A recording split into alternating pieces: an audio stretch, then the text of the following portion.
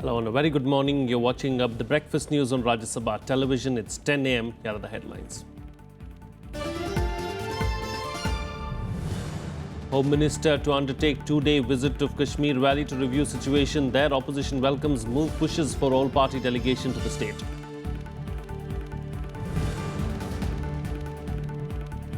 Nationalism is core identity of the BJP, says Prime Minister at the core group meet of party state units. Congress says it is an attempt to divert attention. Nitish Kumar appeals to intellectuals to provide alternate narrative. United Nations virtually confirms 6 addresses of Dawood Ibrahim in Pakistan. List of Sanctions Committee amends entry to include 6 of 9 addresses given by India.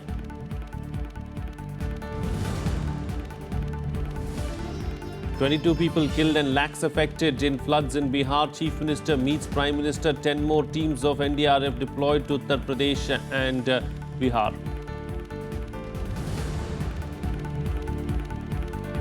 And North Korea fires ballistic missile from submarine, says the US and South Korea. Missile reportedly launched from waters near Sinpo and fell inside Japan's air defense identification zone. Well, let's begin with the latest from Kashmir. Now, amid mounting pressure from all quarters to find a quick political solution to the growing unrest in Kashmir, Home Minister Rajnath Singh will undertake a two-day visit to the valley starting today. He will be accompanied by senior officials of the ministry, including Home Secretary Rajiv Mehrishi. The visit is aimed at starting a dialogue with all stakeholders in Kashmir. Here's more. Home Minister Rajnath Singh will be on a two-day visit to the Kashmir Valley beginning today. He is expected to hold talks with different sections of people apart from reviewing the security situation in the valley. The Home Minister has said that the centre wants an emotional relationship with the state and not just need-based. He further added that he will talk to whosoever needed once peace and normalcy is restored. The move comes a day after Prime Minister Narendra Modi spoke on the need to find a permanent solution to the Kashmir crisis during his meeting with opposition leaders from the state. Prime Minister Narendra Modi ji, senior members from the Union Cabinet, the state government, everyone, opposition parties have also been involved in trying to give suggestions to see that things return to normalcy in Jammu and Kashmir. Everyone is keen it should, and I think we all have to work towards it. But I don't think anyone would like to see India's sovereignty, India's security, and other interests being compromised because of Pakistan's involvement in trying to ferment trouble in Jammu and Kashmir. Chief Minister Mehbooba Mufti also vowed to pursue the agenda of political resolution of the issue. Political process में मुझे खुशी है कि वजीर आजम ने ये कहा कि ये हमारे अपने बच्चे हैं, हम डायलॉग करना है, हर चीज का मसले का हल डायलॉग के जरिए। और मैंने पहले भी बोला, जम्मू कश्मीर के लोग बड़े अमन पसंद हैं, वादी कश्मीर के लोग सब अमन पसंद है। ये जरूर है कि सब लोग हल चाहते हैं मसले का, मगर उसमें तोड़ फोड़ पत्थरबाजी के साथ जो लोगों की तादाद है वो बहुत कम है। Opposition parties welcomed the centre's move even as they reiterated their demand for sending an all-party delegation to Kashmir. गृह मंत्री जा रहे हैं, बहुत अच्छी बात है। इनको बार बार जाना चाहिए, प्रयास करना चाहिए, कोशिश करनी चाहिए। लेकिन मैं नहीं समझता हूं कि सिर्फ हम बंदूक का इस्तेमाल करके या लाठी चार्ज करके या टेयर गैस का इस्तेमाल करके या पैलेट गन्स का इस्तेमाल करके ही वहां शांति ला सकते हैं। शांति तो सिर्फ बातचीत से ही होगी। As a first step, government must send an all-party delegation, then start a political dialogue. We can't delay it anymore. Situation is explosive situation is developing there. So, on war footing, government must start acting. First send a all-party delegation, then start political dialogue, find a political solution. समस्या राजनीतिक है, राजनीतिक पहल होना चाहिए और ये supreme court भी कह रहा है। तो मेरी अपील है सरकार से कि वो राजनीतिक पहल करे, उसमें सारे देश उनके पीछे रहेगा। कश्मीर को आज सिर्फ संवाद की आवश्यकता है, बातचीत की आवश्यकता है। और जिस किसी भी मुल्क में बातचीत खत्म हो जाती है ना, डेमोक्रेसी का कत्ल हो जाता है। कोशिश करें हम अपने यहाँ उसका कत्ल न होने दें। This will be Rajnath Singh's second visit to Kashmir since the unrest began in the valley after the death of Hizbul commander Burhan Wani. As many as 65 people have been killed and hundreds injured in the clashes so far. forcing a shutdown in the valley for the 46th day in a row. Army Chief General Dalbir Singh, who is on a visit to Kashmir, asked forces to exercise maximum possible restraint while dealing with mobs and uphold human rights. He also appealed to people to give up violence and help restore peace. The Border Security Force, which was deployed in the state after a gap of 12 years, occupied several school buildings in Srinagar to set up their camps. Normal life remains paralyzed with schools and colleges being shut. Mobile internet services also remain suspended in several districts. Restrictions are likely to continue for some more days as separatist leaders extended their agitation call till August 25th. Bureau Report, Rajya Sabha TV. Well, India's consistent stand that Dawood Ibrahim is based in Pakistan has got a virtual endorsement from the UN. The agency has virtually confirmed 6 addresses of the underworld Dawn in Pakistan. The listing of the UN Security Council's ISIL and Al-Qaeda Sanctions Committee also includes information about Dawood's various passports, including those issued in Pakistan. India, in a dossier, had cited 9 addresses in Pakistan as those frequented by Dawood, of which the UN Security Council's ISIL and Al-Qaeda Sanctions Committee has removed 3, finding those incorrect. The committee, which amended its entry on Tuesday concerning Dawood, the UN-designated terrorist, made no changes with regard to 6 addresses provided by India. The addresses were included in a dossier prepared by India in August last year that had listed 9 residences in Pakistan of the mastermind of the 1993 Mumbai serial blasts as evidence to show that he is holed up in Pakistan. Being a UN-designated terrorist, he is subject to assets freeze, travel ban and arms embargo. Dawood is wanted in India for the 1993 serial bomb blast in Mumbai, in which 257 people were killed and nearly 1,000 injured. He is also accused of masterminding other terror attacks and of money laundering and extortion. सरकार का, भारत सरकार का, गृह मंत्रालय का ये पहला लक्ष्य है कि दाऊद कहाँ है। अगर उसका हमें इस तरह की जानकारी मिल रही है, इस पर हम जरूर एक्शन लेंगे और इसका हम लाभ लेते हुए जो हमें कठोर कार्रवाई करनी है और हमारी यंत्रणा उस पर एक्टिव हो जाएगी और बिल्कुल उसको लक्ष्य किया जाएगा। Pakistan, as usual, in the denial mode and will say, no, he's not staying, that UN panel has not confirmed. What other confirmation? When our sources have clearly disclosed that he is residing in Pakistan, UN panel had confirmed through their channel, then now Pakistan, if he is not ready to extradite him, to deport him, Dawood Ibrahim, we should raise our voice in the United Nations Security Council, how Pakistan is deliberately promoting the terrorist act in India. पहली बार अगर UN ने कहा है तो इसका संज्ञान लेने की जरूरत है और पाकिस्तान से खाली भारत ही पूछता रहे, इससे काम नहीं चलेगा। अब यूनाइटेड नेशंस को भी पूछना चाहिए। Well, Prime Minister Narendra Modi has asserted that nationalism is the identity of the BJP. He said this while addressing core groups of state BJP units in Delhi. The BJP has been speaking about nationalism against the backdrop of ongoing Kashmir unrest, the row over an amnesty event in Bengaluru in which a case of sedition was registered over alleged raising of pro-Azadi slogans by some Kashmiris, and the JNU controversy. Though the Prime Minister did not make any direct mention of these issues, he noted that nationalism has been the party's identity. A BJP statement quoting him said, "We are continuously working for development, but there are some elements who do not like it. They are trying to divert our people's attention. We will have to inform the common man that our sole aim is nation building," unquote.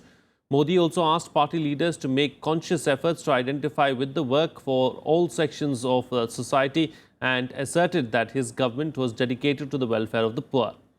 The opposition parties took a dig at the Prime Minister's statement, saying that he has shifted the goalpost as he was elected not because of nationalism but for the promises made to the people that he has failed to fulfill. Bihar Chief Minister Nitish Kumar called upon intellectuals to stand up and fight against the climate of intolerance in the country. Pandit Deendayal Upadhyay ji ने राष्ट्रीय विचारधारा के तहत जो अंत्योदय का विचार रखा था, उस अंत्योदय के विचार को इस कोर ग्रुप के सभी सदस्य और भारतीय जनता पार्टी आमतौर पर और भारत सरकार और हमारे प्रदेश सरकारों ने गरीब कल्याण के विचार के साथ कार्यक्रमों के साथ देश भर में बढ़ाने का उन्होंने ऐलान किया। जो बुद्धिजीवी हैं, विद्वज्जन हैं, साहित्यकार हैं, पत्रकार हैं, लेखक हैं, इन सबों की बहुत बड़ी भूमिका है। कोई मामूली बात नहीं है, आपको तो एक विकल्प की धारा खड़ा करनी होगी। आज जो परिस्थिति उत्पन्न की गई है उसमें तो विकल्प की धारा आपको खड़ा करनी पड़ेगी। In other news now, President Pranab Mukherjee has said that despite 46 years of bank nationalization, institutional credit is yet to reach the unorganized rural sector fully. Speaking at the first-year anniversary celebrations of Bandhan Bank in Kolkata, Mukherjee cautioned the Indian banking sector against inadequate or low credit facilitation to rural sector. He said that after the Narsimhan Committee report was submitted to the government when he was in charge of the banking department in 1975, less than 25% of the rural people had access to institutional credit. However, Mukherjee appreciated the microfinance approach of the Bandhan Bank. He also expressed confidence that the new RBI Governor Urjit Patel and the Finance Minister would deftly guide India's economy. Earlier, speaking at another event, Mukherjee said that the Look East and Act East policies of the government would open new markets of Myanmar and ASEAN for entrepreneurs from India's eastern region. The government of India, as indeed the concerned states' governments, are leaving no stones unturned to achieve industrialization and enhance agricultural productivity in this region. The Look East policy of the government, which has opened new doors of opportunities for entrepreneurs. Now we are to act east so that we can take full advantage of the aspirations. Well, Gujarat became the sixth state to ratify the Constitution Amendment Bill on Goods and Services Tax. The bill was passed by the Assembly on the last day of the monsoon session in the absence of Congress legislators who were suspended for creating ruckus before it was tabled for discussion and voting. Earlier, Assam, Jharkhand, Bihar, Himachal Pradesh and Chhattisgarh became the first 5 states to pass the bill. Some more states are about to convene a special session to approve the 122nd Constitutional Amendment Bill. Madhya Pradesh State Assembly will hold a special session today to ratify the GST. The Uttar Pradesh legislature is likely to give its assent to the bill.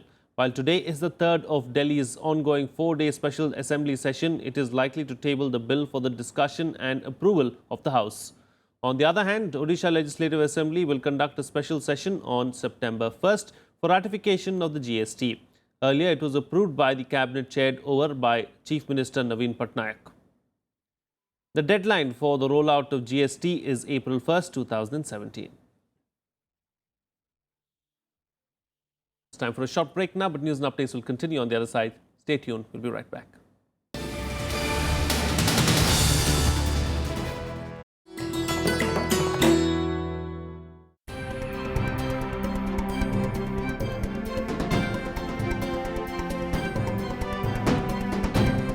Life after death was a cardinal belief in the Harappan civilization.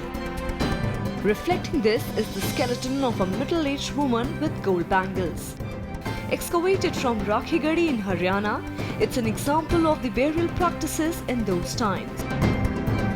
Much like the Egyptian mummies, vessels, eatables, ornaments were kept near the dead body, in the hope that they would be of use to the person in the next world.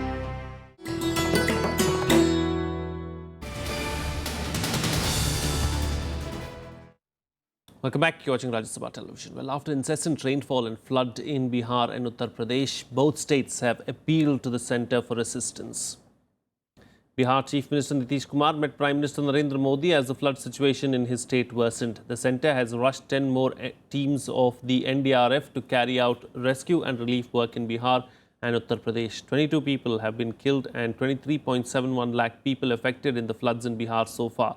The rivers like Ganga, Son, Punpun, Burhi Gandak, Ghagra and Kosi are flowing above the danger mark. ये सड़क बहुत महत्वपूर्ण ही सड़क है बिहार और UP के जोड़ने वाली गाजीपुर से हाजीपुर NH 19 इस पर समस्या है कि परसों शाम से ही पानी ऊपर चढ़ना स्टार्ट हो गया है। अभी कहीं कहीं 10 से 12 फुट भी पानी है मेन रोड पे। जनजीवन पूरा अस्त व्यस्त है, कई मकान गिर चुके हैं, कई गिरने की स्थिति में है। दुकानदार ही लोग हैं जो अपना प्राइवेट नाव वगैरह बुलवा के अपना जो कार्य बचाव कर रहे हैं, जहां तक उनकी कोशिश हो रही बचाने की, नहीं बाकी प्रशासन की तरफ से कोई भी व्यवस्था नहीं। Numerous calls for help, several villages submerged and lakhs affected by nature's fury. Bihar Chief Minister Nitish Kumar on Tuesday met Prime Minister Narendra Modi seeking the centre's help with immediate effect. Nitish Kumar sought desilting of the Ganga in order to avoid the annual occurrence of floods in Bihar. मिलकर बाढ़ की स्थिति के बारे में पूरी जानकारी तो दी है, लेकिन उसके साथ साथ यह स्थिति जो उत्पन्न हो रही है उसका जो कारण है, इसके बारे में हम पिछले कुछ वर्षों से लगातार केंद्र सरकार के सामने अपनी बात रखते रहे। तो गंगा नदी पर जो फरक्का बराज बना, तो उस फरक्का बराज के बनने के बाद सिल्ट डिपॉजिट होता चला जा रहा है उसके अपस्ट्रीम में, और वो आप समझ लीजिए कि अब वो पटना तक उसका कैस्केडिंग इम्पैक्ट हो चुका है। लेकिन स्थिति बहुत भयानक है और मैं पूरी तौर से प्रदेश सरकार के व्यवस्था से बिल्कुल नाखुश हूँ, असंतुष्ट हूँ। Prime Minister Modi has offered quick assistance, including the creation of a national silt management policy. A team of experts will visit to analyze the unprecedented situation in the eastern parts of Bihar. In the worst affected areas of Uttar Pradesh and Bihar, over 5,000 people have been rescued so far. National disaster relief teams have built makeshift bridges and used boats to help people reach safer areas. There are two states, UP and Bihar, which continue to face flood-related problems. In Bihar, we are going to pump in 5 NDRF teams from Punjab. They'll be airlifted and will be reaching Patna in any time in the afternoon, and they will be deployed in the Dera Kshetra of Bihar, particularly in areas like Vaishali, Punpun and all that, where the evacuations have started taking place. साढ़ी, लसड़ा, खप्तियाकला, चिल्ला, ये 4 गांवों में पानी की स्थिति बताई जा रही है, जिसको हम लोगों ने आज भी किया है, निरीक्षण भी किया है। इन 4 गांवों में सभी लोकेशंस पे एनडीआरएफ की टीम और फ्लड पीएसी की टीम भेजी गई है। वो लोग अपना रेस्क्यू ऑपरेशन चला रहे हैं। तो इस समय यमुना अपने खतरे के निशान 100 मीटर से 101.5 के आसपास इस समय बह रही है। Meanwhile, distressed after getting no help from the authorities, local residents have started voluntary work by distributing relief and food items. Excessive monsoon rains this year have affected northern states, causing a ferocious rise in water levels of major rivers. The 6 rivers, including Ganga, are flowing above danger mark in Patna, Bhagalpur, Khagaria, Katihar, Siwan, Bhojpur and Buxar districts of Bihar. Bureau Report, Rajya Sabha TV. And let's move on to our top international focus now. North Korea test-fired a submarine-launched ballistic missile today, days after threatening a nuclear strike in retaliation at the start of large-scale South Korea-US military exercises. In a brief statement, South Korea said that the missile was launched from a submarine in the East Sea at around 2:20 a.m. India time. The launch came amid escalating cross-border tensions and just days after South Korea and the United States kicked off their annual Ulchi Freedom military drill, which North Korea views as provocative. Meanwhile, Japan has said that the latest missile launch is unforgivable as it poses a grave threat to Japan's security. Well, here's a roundup of the other international news in World Wrap. Indian origin philanthropist Shirley Rodrigues has been appointed as London Mayor Sadiq Khan's deputy for environment and energy. Rodrigues has become the second deputy mayor of Indian origin to join Sadiq Khan's team after Indore-born Rajesh Agarwal was appointed as the deputy mayor for business. Born in Kenya, Rodrigues traces her family roots to Goa. In a brief statement issued on Tuesday, the Nigerian government has claimed killing of at least 300 Boko Haram militants, including their top leader, in airstrikes on Friday. While the military has claimed to have killed the Boko Haram leader in the past as well, there has been no reaction from Boko Haram, which communicates with the media only by videos. US President Barack Obama toured flood-ravaged Louisiana on Tuesday amid criticism that his administration has been slow to respond to the crisis. Obama interrupted his vacation to fly to Baton Rouge and declared a national state of emergency in the area. The deadly floods, which began on the 11th of August, have killed at least 13 people and have left more than 2,800 people in shelters. Now to some sports news now. Olympic bronze medalist Sakshi Malik has been felicitated by the Haryana Chief Minister Manohar Lal Khattar in Bahadurgarh today. Haryana Chief Minister Khattar felicitated Sakshi Malik with a cash prize of 2.5 crore rupees. He also appointed Sakshi as the brand ambassador of Beti Bachao Beti Padhao initiative in Haryana. Earlier today, Sakshi Malik received a heroic welcome at the Indira Gandhi Airport in Delhi. She was accompanied by Haryana's Sports and Youth Affairs Minister Anil Vij on her flight back home. As many as 5 BJP ministers from Haryana, including Kavita Jain, Rao Narbir Singh, Manish Grover and Vipul Goyal, Director of Sports and Youth Affairs Department of Haryana, were present to welcome her. क्योंकि घर पे पहले ही बात हो गई थी कि बहुत ज़्यादा वार्म वेलकम होने वाला है, तो मैं सबको बहुत बहुत थैंक यू करना चाहती हूँ। पूरे हिंदुस्तान ने मेरा साथ दिया, तो मैं सबको बहुत बहुत थैंक यू। इतना सपोर्ट किया उन्होंने। मेरा ये सबसे बड़ा सपना था कि मैं ओलंपिक्स जाऊँ और देश के लिए मेडल लाऊँ, तो ये 12 साल से मैं इसके लिए मेहनत कर रही थी, तो आज पूरी हुई है। Meanwhile, marathon runner O.P. Jaisha strongly refuted allegations by the Athletics Federation of India that she refused energy drinks during her marathon at the Rio Olympics. She demanded a probe into the issue. Jaisha had on Monday alleged that Indian officials did not arrange refreshments during the marathon event, following which she fainted at the finish line. The Sports Ministry has now constituted a 2-member committee to probe the allegations. Here's more. The controversy surrounding athlete O.P. Jaisha deepened on Tuesday, with the Athletics Federation of India denying her allegations. The marathon runner had claimed that Indian officials did not arrange for water and energy drinks during her race in the Rio Olympics. The AFI, however, said that it was the athlete and her coach who refused to have the energy drinks during the race. The Ministry has constituted a 2-member committee to inquire into the matter. So once all the facts are there, only then we can come to a conclusion. As of now, we are fully aware of what the athlete has stated in her interactions with some sections of the media, but we have asked her for an official written statement. Ask the coaches that whether they need any refreshments at the refreshment table. They said they don't have the habit of having these refreshments at the refreshment table, and never on the earlier races also she has used such refreshments. In Beijing World Championship she never used. She was 18th there in Beijing. The problem was I think because Jaisha fell unconscious at the marathon. She was little upset because she fell unconscious and she could not, do as expected at the marathon. Probably that must be one of the reasons why she has thrown this blame. Jaisha, who collapsed at the finish line after completing the marathon and had to be rushed to a hospital, has strongly refuted the AFI allegation. इतना बड़ा झूठ बोल के मेरा sports का career में इतना साल हो गया मैं स्पोर्ट्स कर रही हूँ। एक इवेंट नहीं, मैं 1500 मीटर से होकर 42 किलोमीटर मैराथन तक भागती हूँ। मैं आज तक कोई कंप्लेन नहीं किया ना फेडरेशन के लिए। अभी भी ये लास्ट मूवमेंट तक मैं किसी को एक भी कंप्लेन नहीं किया। मेरे लिए ऐसा हो गया कोई कंप्लेन नहीं किया। बट अभी मैं ऐसा बोला तो मैं इतना सीरियस था। सब लोग उधर में बोल रहे ये सब कुछ नाटक था। ये नाटक नहीं था। Jaisha's fellow runner Kavita Raut, who also participated in the women's marathon, however, came to the defense of the AFI, saying that she was provided with all the facilities.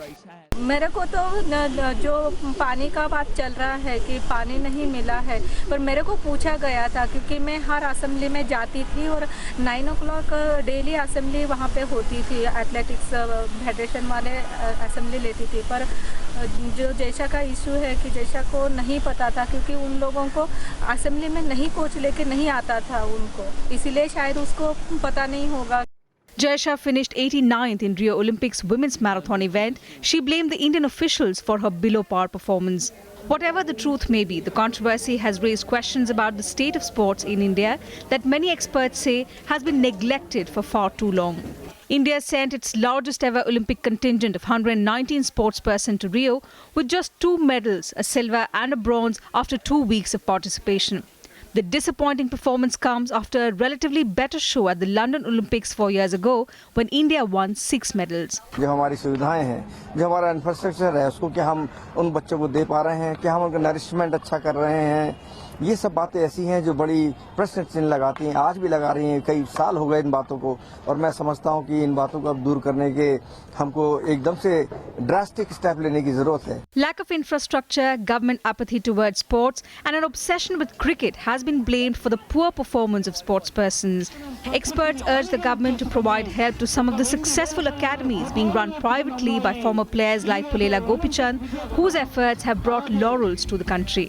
Government can pay the bills of his electricity and all. So this way you can help more. You can have a medical doctors team there, sports doctors team to look after, because he has got an academy where so many medalists are coming. Ever since the modern Olympics began in 1896, India has won a total of 28 medals. Only one is an individual gold that was won by shooter Abhinav Bindra back in 2008 in Beijing. Bureau Report, Rajya Sabha TV. Let's now get you a roundup of the other international sports news in Sports Beat.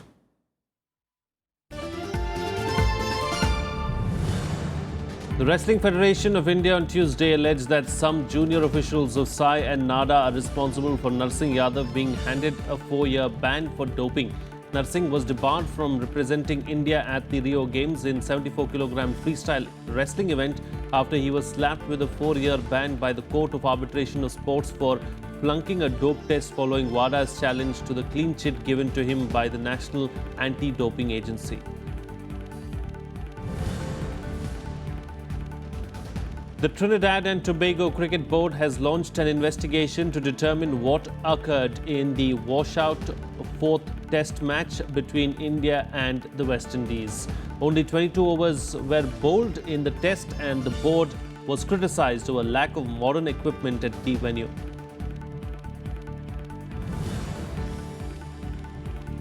The 2016 Kabaddi World Cup will be held in Ahmedabad, Gujarat. The tournament will take place from October 7 to October 22nd. 12 teams from around the world, including India, USA, Canada, UK, Australia, Iran, Poland, Pakistan, Bangladesh, Korea, Japan and Kenya will participate in the event.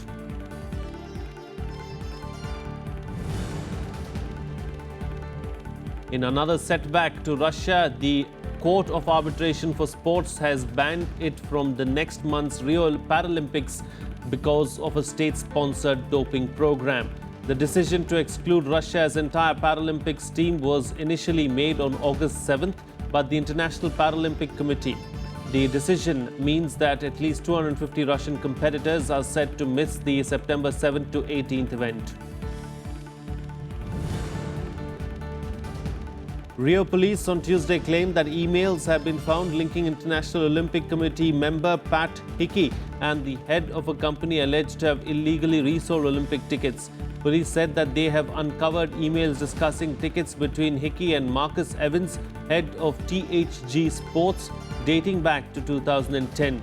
Hickey was arrested last week but has not yet been charged. He has denied any wrongdoing. That's it on this edition of the Breakfast News. Have a good day.